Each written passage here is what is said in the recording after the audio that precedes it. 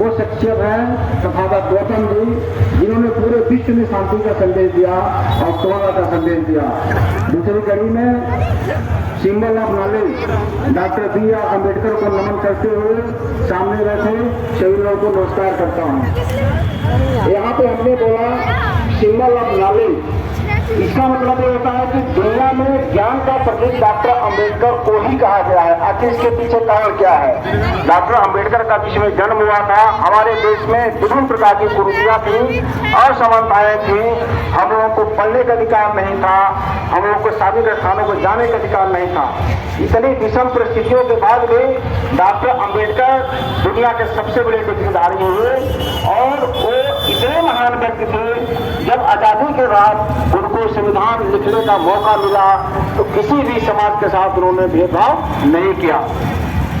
मैं उनको सिर्फ अगर बहुत कम शब्दों में आंकना होगा तो मैं ये कहूँगा कि डॉक्टर अम्बेडकर ही राष्ट्र के निर्माता थे, डॉक्टर अम्बेडकर ही नारी मुक्तिदाता थे।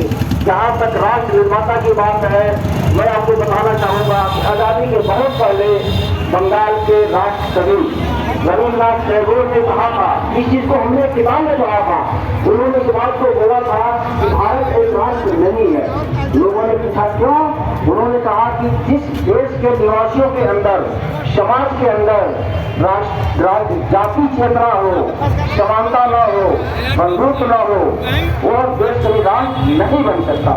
उसी से लोग डॉक्टर अम्बेडकर ने संविधान का निर्माण किया और पूरे देशवासियों में समानता, समानता, बंधुत्व कायम किया। और हमारे देश की जो आधी आबादी जिनको अपनी माँ कहते हैं, बहन कहते हैं, उनकी भी दशा दूसरों से ज्यादा अच्छी नहीं थी, चाहे वो किसी भी धर्म की हो, चाहे किसी संप्रदाय की हो, चाहे किसी भी जात की हो। उनको पढ़ने का तो सत्य में अधिकार था, जबकि डॉक्टर अम्बेडकर कहते हैं कि शिक्षा वो शिवजी का दूध है, जो पिएगा वही बढ़ाएगा। इस परिस्थितियों में भी महिलाओं को पढ़ने का अधिकार नहीं था।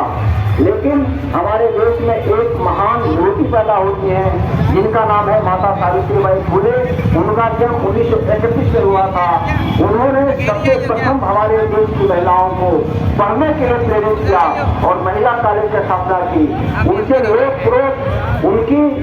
उनकी सोच से प्रभावित होकर के डॉक्टर अम्बेडकर, जब मेरा देश आजाद हुआ था तो उनको कानून मंत्री बनाया गया था और कानून मंत्री के रहते हुए उन्होंने हिंदू कोड बिल लाने का प्रयास किया, जिसमें वो सारे अधिकार महिलाओं को दिए जा रहे थे जो पुरुष वर्ग का।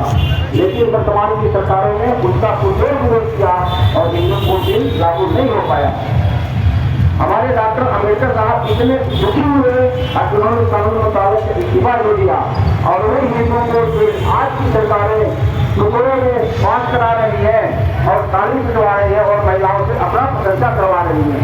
तो मैं ये कहना चाहता हूँ कि जो महिला माता सावित्रीबाई फुले ने उनको अधिकार दिया, हमारी माताएं बहनें उनको नहीं जानती हैं। हमारे ख्याल से वो किसी देवी की पूजा करती हैं जिसका नाम मैं नहीं लूंगा। इसलिए मैं आप लोगों से कहना चाहता हूँ कि अपने बच्चे को खोज पढ़ाइए, चाहे उससे आपको कुछ नहीं करना पड़े, भूखे रहना पड़े, क्योंकि पुनः मैं कह रहा हूँ कि शिक्षा और शेरनी का दूध है, जो पिएगा और डालेगा। क्योंकि बहुत समय कम है, मैं तो काफी समय तक इसमें बोल सकता हूँ। जो समाज की कुरीतियां हैं उसका एक वर्णन कर सकता हूँ, जिसको डॉक्टर अम्बेडकर ने कितना स्ट्रगल से उसको दूर किया और समाज में समानता लाने का प्रयास किया।